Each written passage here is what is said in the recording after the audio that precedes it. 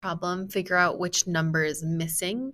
That might not make much sense to us, but once we go through this lesson, I think you'll understand what I'm trying to say. Excuse me.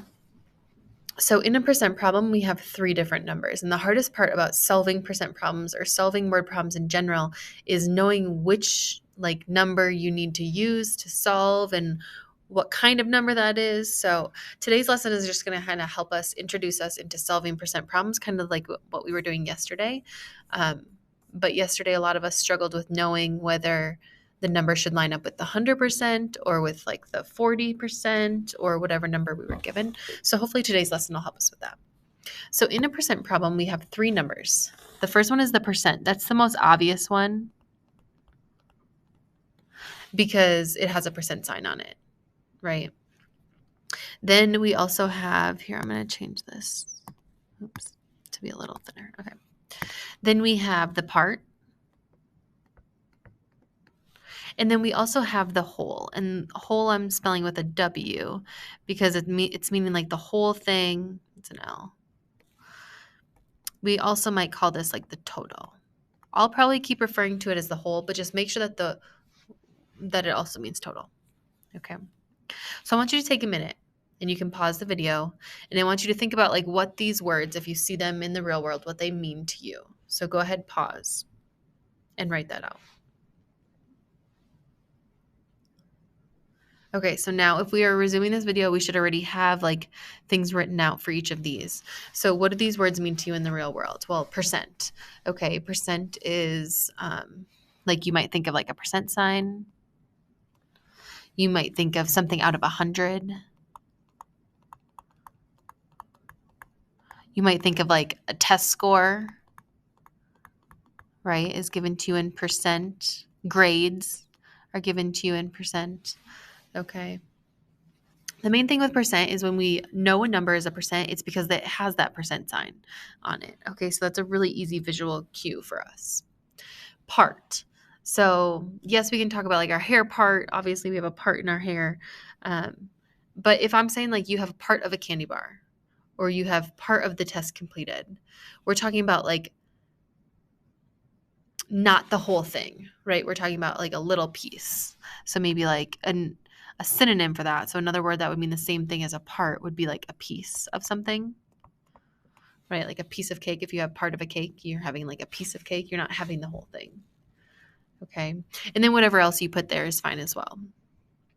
Now, when we think about the word whole, this is where that synonym, the same word would be like total. So if you have a whole test to take, you have to do all of the problems. If you are eating a whole pizza, you're eating the entire pizza, right? Every single piece. So just remembering that whole is all of something. So it's a total. It's all of something. Okay. I don't know why it does that. Okay. Well, there we go. So let's use like a test, for example. We all get test scores, and at the top of your test score, I put your score as a fraction. So your score is the number of questions you got correct out of how many question points there were total, right? And then that's equal to the percent that it says in the grade book. And we now know how to find that percent because we would just take our top number divided by our bottom number to get the decimal and then convert it to that percent. Or we could get that bottom number to be 100 and then know that the number on top is our percent. So let's use a test, for example. Your score is part of the points on the test. Unless you're getting 100%, then it might be equal to the total score as well. But the points that you are getting is part of the test. You're not getting all the points unless you get 100%. Okay? Then the total score is the whole. That's the whole number of points that are on that test. Okay? And then that's going to be equal to the percent. So if in any of these questions we're struggling with knowing which number is the part, which number is the whole, we can always like think about writing it as a fraction. Which number would go on top, which number would go on bottom. Think of it as like a test score. And then the percent, like I said, is obvious to see because it has a percent sign. So let's do some examples to show you what I'm talking about. We are not solving any problems today. You are not getting an answer. We are just labeling which numbers are the percent, the part, and the whole. That is it. Same for your homework. Okay, so a baseball pitcher strikes out 12 of the 20 people at bat in the game. This is equal to striking out 60% of people at bat.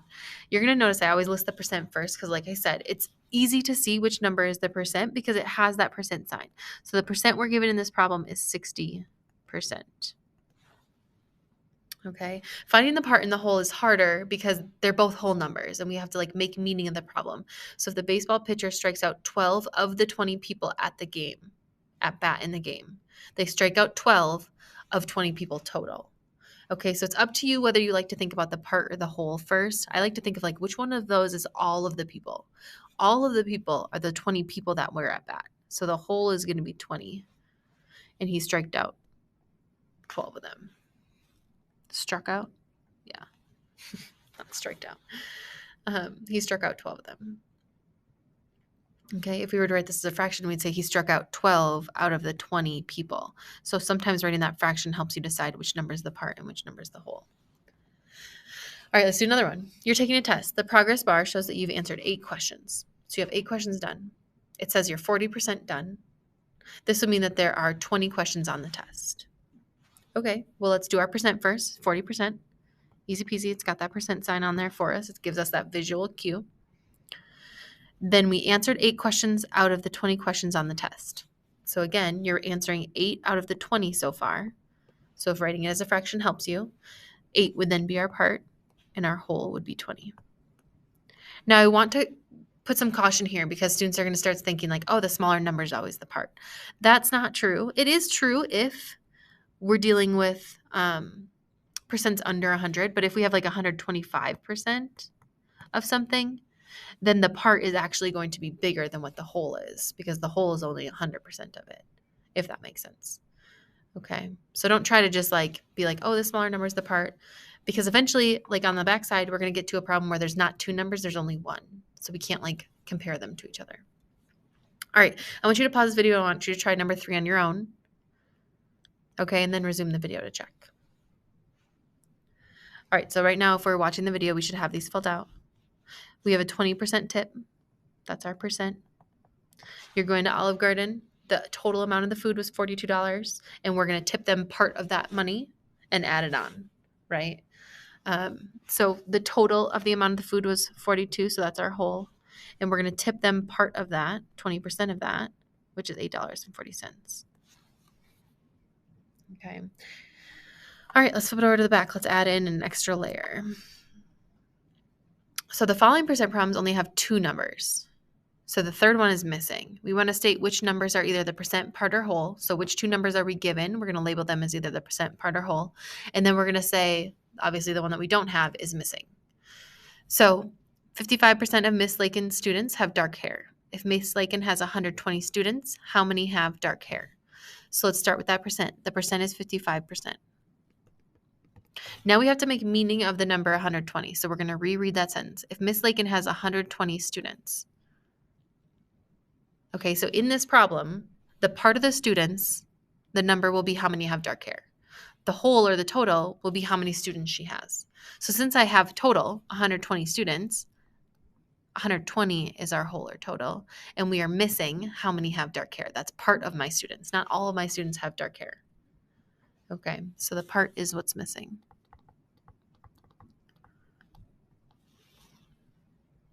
All right, I'm hoping this makes sense to you. If not, you can always pause the video, raise your hand, and ask a question. You're competing in a free throw contest. You make 6 free throws. You make 40% of the free throws you attempted. How many free throws did you attempt? Okay, so let's go ahead. We've got 40% and we've got 6. So I'm just highlighting some of those important numbers. 40% is our percent. It's got that percent sign. Makes it nice and easy for us to find it. You make 6 free throws. We want to know how many you attempt. So let's think. If you make 6, we don't know how many shots you took, how many tries you had. We have to think like, which one is going to be the total number of shots we took? Well, that's going to be how many we attempted. The total number is how many we attempted, and we don't know that question or that answer. So the whole is what is missing. Because if we want to write it as a fraction, we would say like we made 6 out of, and then we don't know how many we tried. So our 6 would be our part, and our whole would be missing. If you're starting to catch on to this, I want you to pause the video and try the next couple on your own. You can always resume the video if you get stuck. Okay. So Miss Lakin just handed you back your math test. If you scored 15 out of 20, what percent did you score? Well, this one's easy because we don't have a percent. We don't see a number with a percent sign, so we are missing the percent. The next step would then be saying which one is our part in our whole. You scored 15 out of 20. 15 out of 20, meaning there were 20 total questions, and part that we got correct were 15. So 15 is our part, and 20 would be our whole. All right, last one. If you haven't yet tried it on your own, try it on your own, pause, and then resume when you're ready. Ethan is taking a test and has completed 15 problems. He is 75% done. How many questions are on the test? So Ethan's taking a test. He's completed 15 problems. He is 75% done. How many questions are on the test? Well, let's start with our percent is 75%. And 75% is equal to those 15 problems that he's completed, because that's part of what he's completed. Right now, he's got 15 out of, we don't know. So again, if writing that fraction helps you, you can. So 15 would be our part, and our whole, again, would be missing. Okay, and that is our lesson for today. We're just identifying which numbers in a percent problem are either the part, the percent, or the whole, because once we get to solving them, that is the most important step of getting these questions right.